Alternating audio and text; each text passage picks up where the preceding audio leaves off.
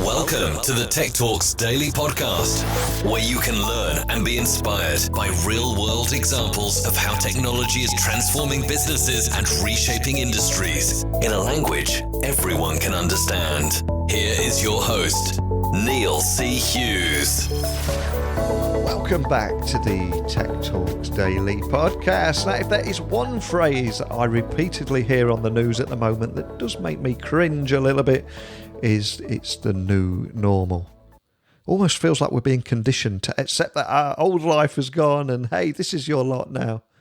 But I want my old normal back. But I am sure we will in time. So I will put away my tinfoil hat and also retire that annoying phrase, new normal. However, with all that said, the future of work is moving at a rapid rate. And the workforce of the future is not about robots and holograms.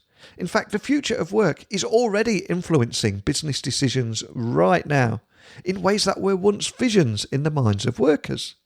Whether it be 5G connectivity to boundaryless communication, the modern workforce is pushing full speed ahead into a new definition of work. And I can't help but feeling that businesses in every corner of the world now have a responsibility to embrace it. So today I invited Lisa Walker from Fuze to talk about how IT leaders can take full advantage of this changing work landscape and also expand on the key strategies to understand and implement to prepare their workforce, whether they are spread across countries or continents, and embrace the future of work today. So buckle up and hold on tight so I can beam your ears all the way to Vermont so we can speak with Lisa Walker from Fuze. So a massive warm welcome to the show, Lisa. Can you tell the listeners a little about who you are and what you do? Well, thanks so much for having me, Neil. I am Lisa Walker, and I work for the enterprise cloud communications company Fuze, where I oversee all things brand for the company. So that includes our content and thought leadership, our creative department, our communications team, and I also chair our Fuze Women's Network, which is something I'm quite passionate about. Fantastic. Now, way back in 2017, and I think it was episode 423, and we're up to nearly 1,300 now, so it gives you an idea of just how many interviews I've done since then. But back then, I spoke to Colin Doherty, who was the Fuze CEO at the time. But of course, much has changed since then, and we now have many more listeners, so we probably need to start from the beginning. And Fuze is a global cloud communications platform for enterprise, but can you tell me a little bit more about exactly what Fuze is and what makes it different from all those other solutions out there? I'd love to. So at Fuze, we actually combine audio, video calling, meeting, chat, and content sharing into one single unified application that our users can access across any device where they choose to do their work. What's important to know about Fuze in particular is that we work with larger companies, so companies with over 500 employees. And what we do is go in and work with them to really consolidate their business communications, which typically means replacing both their phone system and their legacy desk phone situation, and typically about 4 to 8 communications apps that the company's been using, both across the company and the different departments have brought in. And over the last few months, businesses of all sizes have been forced to adopt remote working and now beginning to explore what the future of work will look like. So what do you think it will look like, and how can businesses begin to embrace that future of work, not tomorrow, but right now, here today? It's been a pretty crazy time, to be sure. And it's been really interesting for us at Fuze because we've been pushing the concept of a flexible work movement and what the future of work can look like for years now. So it's almost as if it's arrived overnight. One of the things that we found that's really interesting is that one of the biggest barriers to company-wide remote work policies was always management trust. And you'd hear that over and over again, that management and specifically executive teams just didn't believe that workers could get the work done remote. And I think that we've proven throughout this experiment globally in remote work that that's simply not true. And I think that that's going to lead to massive change down the line. So I don't see a situation where workers are going to go back into offices in a way that they ever have before. And the data is starting to prove that out. We put out a survey last week of about 100 information workers just in the US. And what we heard back was over 50% of them told us they would only be willing to go back up to 2 days a week. So the shift has now happened. People are not going to accept going back into an office 5 days a week in the way that they used to. But we're also hearing that they do want to spend some time in the office when this is all over. So that's going to have huge implications for what happens to a headquarters.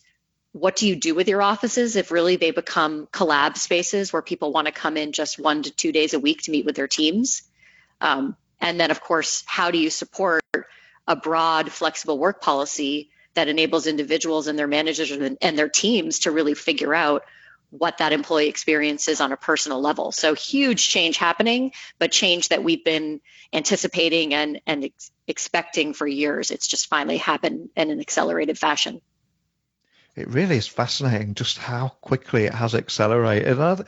If you look back just a few months, things like video conferencing, there were so many people that would just never touch video conferencing, had zero interest. But of course, now even grannies know how to open a video conference call and communicate with their family. And people are starting to question, hey, do I need to be in the office for back-to-back meetings 5 days a week? And it's so quickly how this has taken grip, isn't it?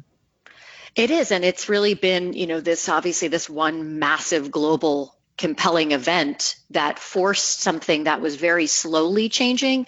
What you saw in most companies with flexible work, those companies that were less progressive, were really one-off cases of an individual going to a manager and requesting a flexible work environment and the ability to work from home, and it's sort of being hush-hush. Well, yes, I'll let you do it, but kind of don't tell anyone, and let's make this just between us. They would not look at larger policies for either their teams or company-wide.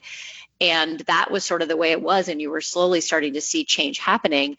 But at the same time, you heard from employees over the past few years how desperately they wanted more flexible work environment. So there was a disconnect between what companies were doing and what employee needs were, and also their desires. So you've kind of seen that overnight, just the experiment was forced. So we used to tell companies, you should pilot something. And then all of a sudden, all of us were in this global pilot program. And one of the things I love doing on this Daily Tech podcast is busting a few myths. So with that in mind, what would you say are the top 3 misconceptions when it comes to flexible work? Because there's a lot of them out there, but I'm curious what yours are. Oh, sure. I love this question. I think the most common that I just talked about was this misconception that remote workers do less work, which is just patently untrue. The data actually shows that remote workers are more productive in the studies that have been run over the past few years, and also that they work more hours because they don't have to commute and they don't have to necessarily, walk a mile to pick up their lunch in the middle of the day. So the data has shown for years that remote workers are both more productive, work more hours, and are actually more prone to burnout because they take less breaks. And yet there is still this perception amongst managers and leaders within companies that remote workers do less work. It's just not true. Another one that I think is really interesting is the concept of flexible work, meaning work from home. And that's not true either. When people talk about wanting a more flexible work environment, yes, they mean wanting the ability to not have to be in an office. But also what you hear quite a bit from workers is that they really want the ability to work different hours and to be able to build a work schedule around when they're most productive and also around sort of their family demands and personal lives. So flexible work is not just about work from home. And then the third that I always find really interesting is around company culture and this belief that you can't create a great company culture without having everybody in offices.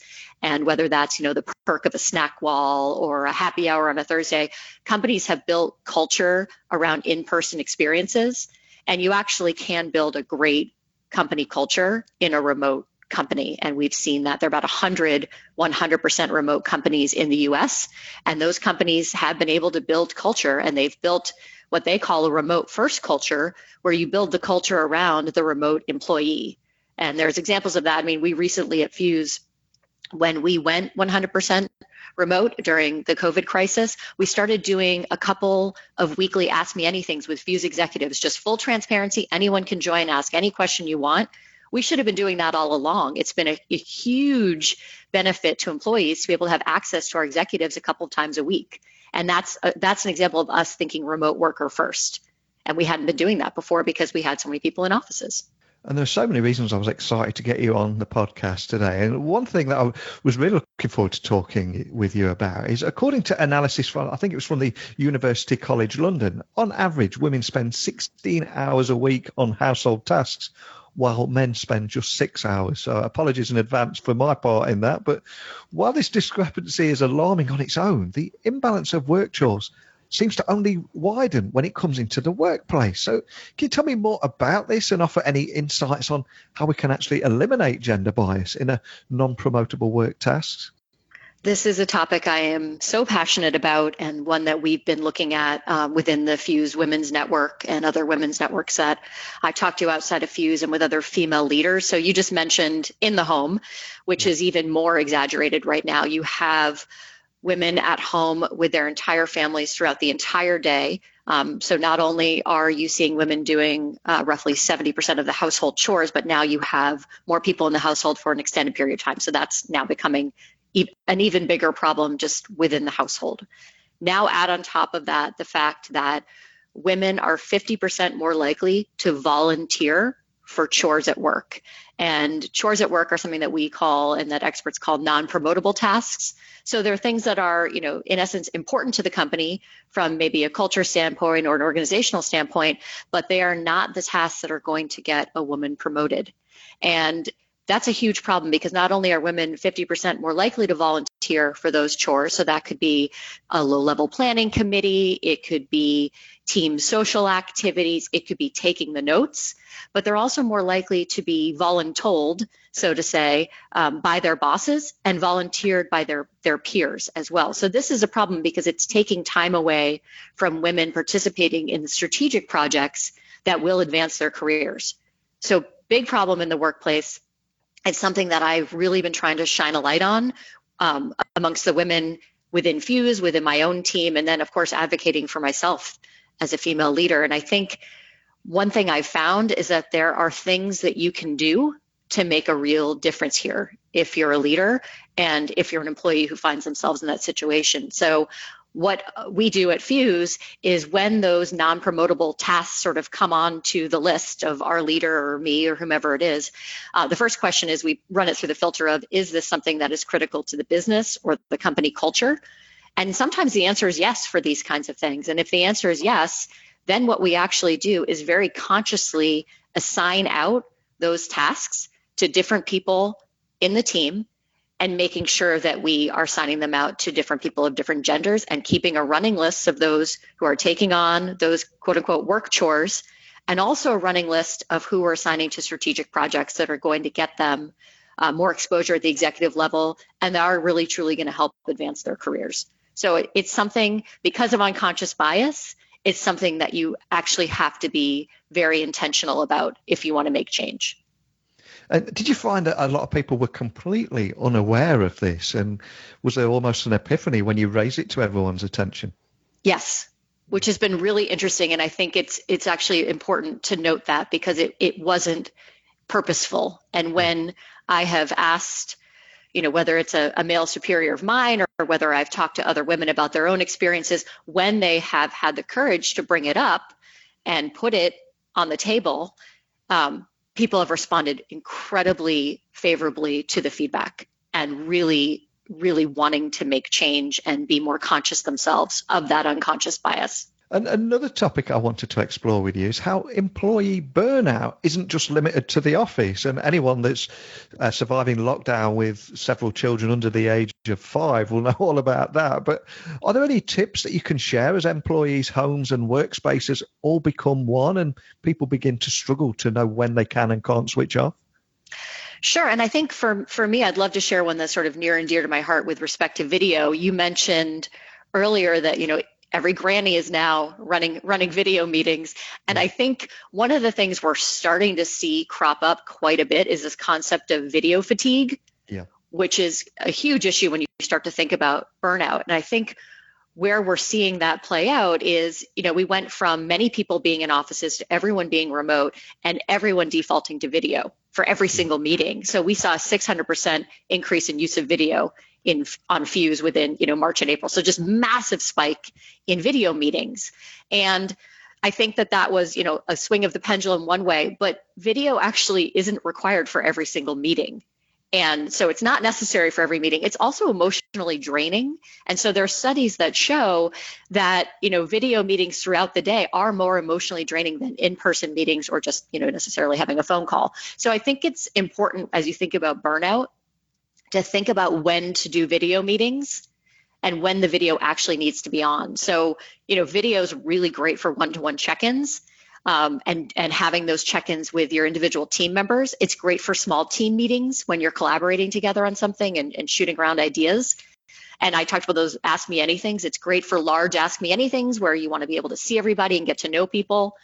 But if you're actually going to be sharing content throughout a meeting, turning screen share on and sharing the content and telling everybody else that they can have video off, it has just as high engagement levels. So I think one of the things I really want to encourage people to do as they think about burnout is which meetings do you need video on for? Because just the act of being in video meetings for 8 hours straight can cause burnout. So I think that's a really important new one that's popped up. And then there's, of course, all the traditional stuff around working from home and keeping your workspace separate, making sure you're taking frequent breaks and getting outside. I actually heard one great story last week from someone whose daughter's home from New York, who's of working age, and she's used to having a walking commute home from her job. She's been closing up her workstation at night and then taking a walk around the block to kind of come home into the front door as if she's coming home from her job, which I loved that one. I love that. And the thing is with burnout, it usually sneaks up and gets you when you least expect it. And a lot of people will be experiencing it for the first time and probably don't even know what they should be looking for. So are there any big early signs that would give anyone listening those indications that maybe they're seeing a little bit of burnout creeping up on them? I mean, I think it's fatigue. I think there's this, I think you're starting to see people, sort of run down as they get towards the end of the day. If you've been sitting in the same chair the entire day and not taking frequent breaks, it's just, I think it's a feeling of, it begins with sort of just the fatigue piece. And then I think you start to get into feelings of, apathy towards the job itself, et cetera. But there's great research on this. And I do think that for me, the most important thing is making sure that you are taking frequent breaks throughout the day and taking care of yourself and getting up from that workstation and walking around. Because when you're in an office, there are natural breaks that happen. People interrupt you throughout the day. You have the kitchen right there where you're going to pop in and get something to eat, and you're going to run into people, and that's going to turn into a conversation. So I don't think people realize just how many hours of work when they're in an office are, quote unquote, unproductive hours where they're actually just chatting with people or walking to grab a lunch or that sort of thing, that you actually have to replicate that at home. You have to have some of that time to yourself and time to take a break from the work, or you will burn out. Now, the modern workforce has already shown that telework is effective and should become an integral part of this new business as usual. But what other changes do you think we're going to see evolve throughout the year and beyond?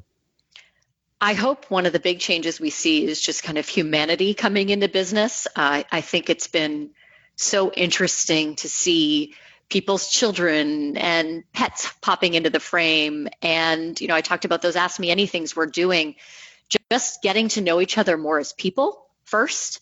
And I think that wall between sort of business and personal life has in some ways evaporated overnight.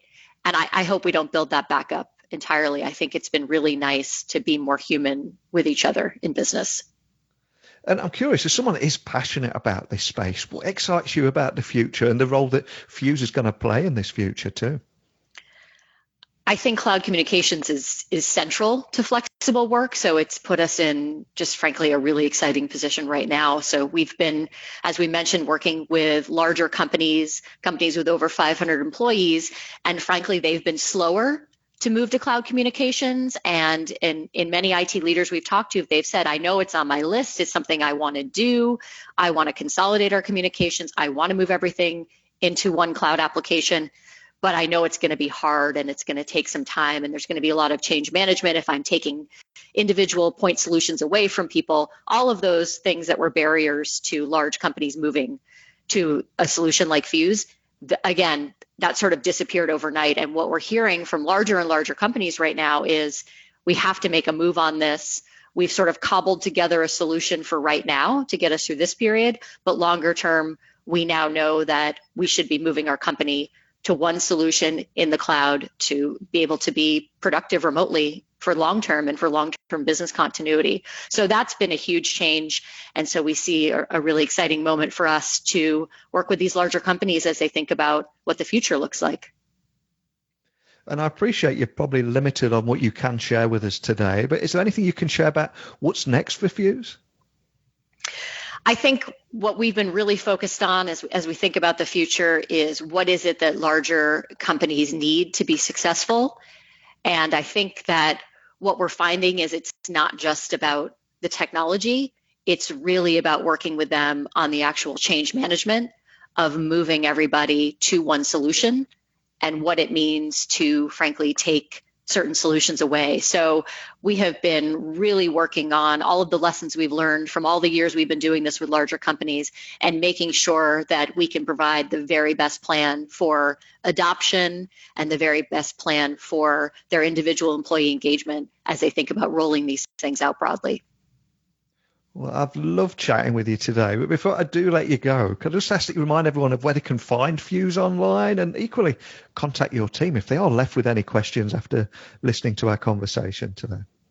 Absolutely. You can find us at fuze.com, and there are multiple ways to get in touch with us, and we'd love to hear from you. Fantastic. Well, I've absolutely loved chatting with you. There's so much value in today's conversation, and your passion for everything you do really comes across as well, and making that difference and creating that new future of work. It really does come across. But more than anything, just a big thank you for coming on and sharing a bit of time with me today to talk through some of those future visions of work. Thank you so much. Thanks so much, Neil. I really appreciate it. Wow, I genuinely love chatting with Lisa there, and she raised so many incredibly valuable points, such as eliminating gender bias in those non-promotable work tasks. And as she said, for the most part, people have not been doing this on purpose, but it's not until it's brought to the table and everyone can see what's happening. That's how meaningful change can happen. And what a huge step forward in terms of progress. And speaking of progress, I also loved how Lisa was expanding on the 3 misconceptions surrounding flexible work. If we look back to a pre-COVID-19 world, there was a long list of myths there of how we're not productive. And if, hey, I had to give it to one person, I'd have to give it to everyone. But the reality, of course, is that very often when we sit in an office environment, I think there's a statistic that we're interrupted something like every 11 minutes, which is hardly productive. But it's also not about swinging the pendulum to we must always work from home or we must always work from the office. The truth is somewhere in the middle, because we need both if we're going to be truly flexible and productive. But how are you and your business tackling these very real problems and challenges that have all been fast-tracked by the global pandemic? I'm talking to more and more people and more businesses who are saying, we need to keep the momentum going here and continue to embrace these new working methods and evolve as a business, which is something that if you asked me late last year, I would never expect it to arrive so quickly, but I'm glad that it is. And I'm also glad that we touched on the topic of burnout, because burnout is such a huge, important subject to tackle. And like I said in the podcast, it can sneak up on anyone from anywhere and bring you to your knees when you least expect it. So having that conversation now is equally important. But this podcast is not about me. It's about you. It's about your stories and the solutions that you're working with and how you're leveraging technology. So if you've got a question, a comment, or you'd like to come on the podcast, whatever it is, please email me, techblogwriter@outlook.com. My website is techblogwriter.com. .co.uk. If you need me for anything at all, just let me know. But if not, don't worry, I'll be right back here, same time, same place tomorrow with another guest. So a big thank you for listening, and until next time, don't be a stranger. Thank you for listening to the Tech Talks Daily Podcast with Neil C. Hughes. Remember, technology works best when it brings people together.